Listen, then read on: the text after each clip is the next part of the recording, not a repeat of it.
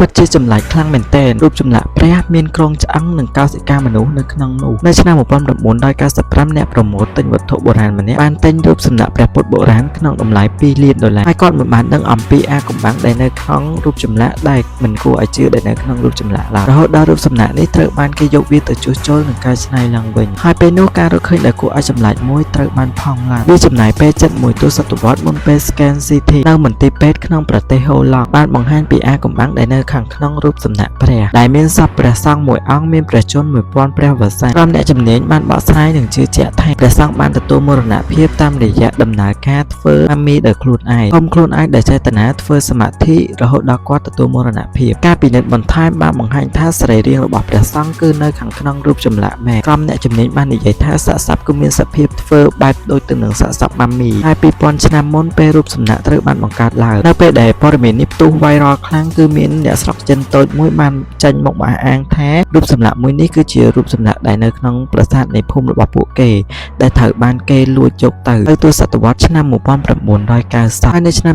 2018តុលាការហូឡង់បានសម្រេចថារូបសម្លាក់មួយនេះគឺមិនប្រកល់ទៅឲ្យចិនវិញទេហើយ4ឆ្នាំក្រោយមកទើបតុលាការចិនចេញមុខមកថារូបសម្លាក់នេះគឺបានបាត់បង់ចេញពីភូមិមួយមែនហើយគួរតែផ្ដល់ឲ្យចិនវិញ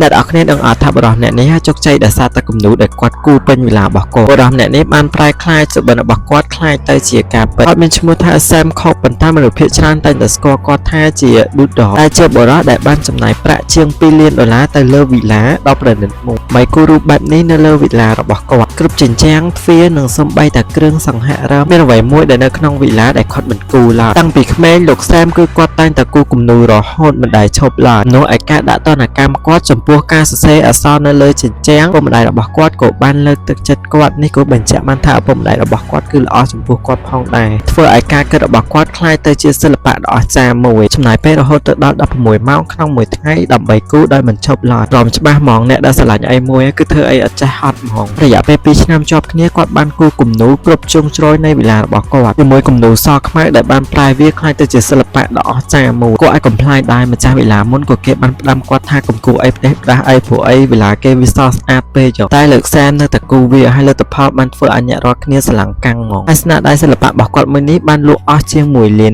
គាត់បាននិយាយថាផ្ទះនេះគឺមិនមែនជាគោលដៅចុងក្រោយរបស់គាត់ទេគាត់គឺចង់ឲ្យពិភពលោកទាំងមូលគ្រប់ដណ្ដប់ដោយរូបDoodleរបស់គាត់តែម្ដងខ្ញុំក៏ធ្លាប់អូស YouTube ប៉ះចំវីដេអូរបស់គាត់ហើយក៏បានចុចមើលដែរគាត់ផុសយូរឆ្នាំហើយក៏ប៉ុន្តែអ្នកមើលឡើងរាប់ហើយអ្នកទាំងគ្នាអីមើល YouTube អីធ្លាប់ឃើញវីដេអូគាត់អត់ដល់ហើយណាខ្ញុំឃើញគេមើលឡើងរាប់